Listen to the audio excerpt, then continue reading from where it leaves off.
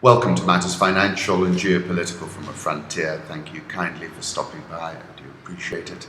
My goodness, I woke up in the middle of the night. I think some kind of impulse in my body. I think it was 3 in the morning, and what I've watched unfold in front of my eyes has been the most extraordinary market movements. Let me start off by showing you a photograph I took of the sun shining earlier this morning, because it has been very cold in Nairobi, and it was rather nice to see the sun again. Macro thoughts: Brexit is a seismic event whose shockwave will be wide-reaching. This might well turn out to be the first domino to fall in an eventual breakup of the European Union. Daily Mail tweeted it's official: the UK has voted to leave the European Union. Sterling at one point plunged more than 10% on Friday, leaving the currency on course for its worst day on record. And that compares with the 4.1% drop in 1992, so a move which is considerably bigger in terms of magnitude.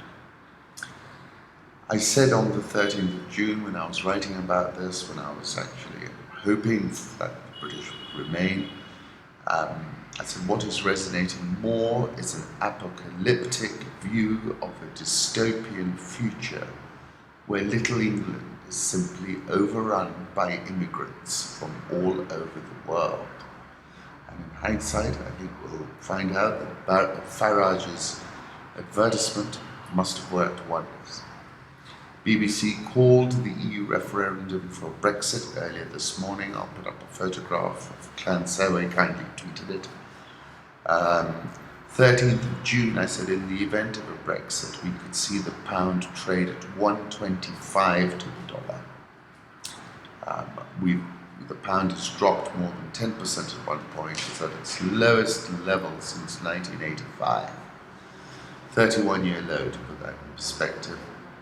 And just to put things into perspective, pound volatility, the pound fear index, has spiked to the highest level ever. So, let me return to some home thoughts before we go back. I read Hannah the story about Jane, yesterday, J.D. Salinger's story about Jane, whose hand he used to like to hold. And I think she was quite impressed with me. So I said, let me read it. I said, did you know I uploaded the photograph of you riding at Mount Kenya? She was rather pleased with that as well. The minute I heard my first love story, I started looking for you, not knowing how blind that was. Lovers don't finally meet somewhere. They're in each other all along. Rumi. Political reflections, final result in EU referendum sees Leave camp win with 51.9% of the vote. Farage tweeted, we've got our country back thanks to all of you, hashtag Independence Day. Put up a photograph of Mr. Farage. I said on the 13th of June that if Prime Minister Cameron can pull this rabbit out of the hat, it will be a famous political victory. It really will. Well, he couldn't pull the rabbit out of the hat. I said on the same date that Mrs. Thatcher, who was a totemic leader of the Conservative Party and was fond of swinging a handbag in negotiations with recalcitrant Europeans, never called a referendum in this matter, and for good reason. Put up a photograph of her. Therefore, this is again what I wrote on that occasion 2 weeks ago. Therefore, whilst this vote is laudable in putting the question squarely in front of the British people, it was always plain risky politically. And then finally I said, what happens if the UK does exit the European Union? I said, modelling that scenario is not easy, and that is why volatility is spiked. Let's move on to the currency markets, which have been all over the place in what is an unprecedented move. Euro dollar, we're now at 112.26, we got below 110. Dollar index 96.26 when I looked last. Japanese yen 102.81, having gone below 99. Swiss franc 0.9742, the pound 138.05. I has traded with, I think, a 132 handle. Australian dollar 0.7390, India rupee 68.115, South Korean 111.79.33, the Rial 330.381, Egyptian pound 887, and the Rand blew out big time. When I looked last, it was at 15.54. It's a mad world. The British pound has gyrated in a range of more than 15 US cents, a record amount. That's in the space of 24 hours. The other currency that moved a lot was the Japanese yen, and I was bullish about that from the beginning of the year when I said one of my conviction trades for 2016 is to buy the yen against just about everything. I'll put up a chart of the yen breaching 100 that Craig Trudell posted, and I'll also put up a chart of the dollar index, a 3-month chart, and you'll see how that 93 area is pretty much held. It's quite a bullish signal. Commodity markets, there was a story yesterday which has headlined the best start to a year for commodities since 2008. Look at the returns, but of course that's before what subsequently happened. Gold surged to its highest level in more than 2 years, jumped as high as $1,358 an ounce, highest price since March 2016. We're down a bit right now at $1,315. Let's see how things develop from here. I suspect we're going to go higher from here. Ben Bernanke was asked why people hold gold many years ago, and he said as protection against what we call tail risks, really, really bad outcomes. I'll put up a 6-month chart of it as well. Crude oil, let's have a look at that now. $48.20. That's in New York. Nearly 200 tick move lower. I think we're now really topped out. We've had 2 double tops up there. And I think if you look at what's happened on the 5-day chart, but you never know with oil. I got stopped out last night and then it promptly fell mild. Sub-Saharan Africa, First Lady of Rwanda, First Lady Mrs. Kagame joined Her Excellency Sylvia Bongo on the eve of the International Widows celebration in Gabon. Nice photograph. Tanzanian central bank must defend currency. President Magufuli.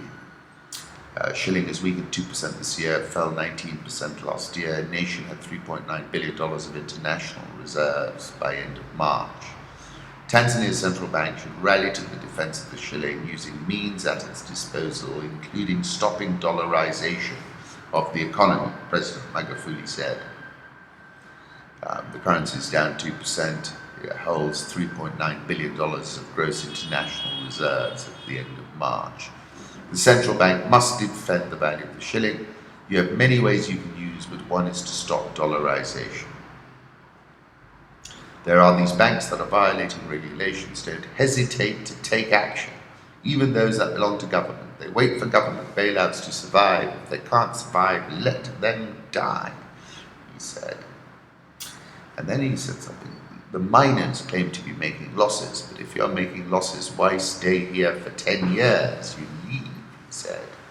He's taking a very muscular approach to things, and a lot of people that I know are getting a little bit nervous. South African all share up 5.7% this year. South Africa's rand slumped as much as 8% against the dollar on Friday, on track for its biggest one-day percentage fall since 2008. Kenyan Wall Street kindly posted a graph of the dollar rand, and it's been a pretty dramatic fall. Egyptian EGX 30 up 3.53% this year. Nigerian all share up 8.48% this year. It's closed at 11-month highs, and that's all about the devaluation. Ghana Stock Exchange Composite Index is down 10.93% this year. There's been a dislocation in the market, said Marlon Chigwende, manager of Carlyle Group LP, $698 million African fund, by phone from London. At least 17 of 23 African currencies tracked by Bloomberg have weakened against the dollar over the past 12 months. The exchange rates of Angola, Zambia, Mozambique, Nigeria, and Malawi declining more than 25%. The new system The new system certainly does not mark the end of Nigeria's economic problems. Instead, the country faces a daunting array of challenges, including power shortages, governance issues, disruptions to oil output, and weak currencies at best are necessary, but insufficient condition for an economic recovery. Talking about Nigeria, parallel currency market in Angola, currency rules in Ethiopia also make it difficult to extract dollars and push these countries down the list of investment destinations. Talking about Zimbabwe suffering such a severe dollar shortage. The Kenya shilling is probably one of the most stable currencies in the world these days, but I'm going to do a graph of it against the pound sterling. Nairobi all share down 0.94% this year, negative. NSE 20 down 7.33% this year, negative. Obviously, global markets transfixed by the Brexit vote.